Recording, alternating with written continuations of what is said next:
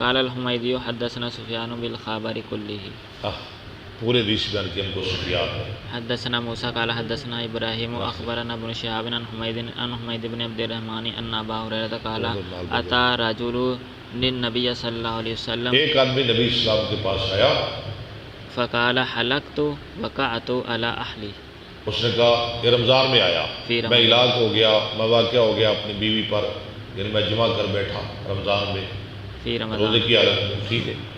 فقال آتک رقبۃ، اور میں گردن آزاد کر. قال لیس لی، اس نے کہا لیسا، لی، میرے پاس نہیں، میں نہیں پاتا. قال فصم شہرین اور متتابعین، میں لگاتار 2 مہینے روزے رکھ. قال لا استطيع، اس نے کہا میں نہیں رکھ سکتا یا رسول اللہ، میرے اندر اتنی طاقت نہیں. ایک نہیں رکھا گیا، 2 مہینے کتنے. قال فاطعم 60 مسکین، اور میں 60 مسکینوں کو کھانا کھلا. قال لا اجد فاوتي، اس نے کہا میں نہیں پاتا، تینوں کام میں نہیں کر سکتا. فاوتي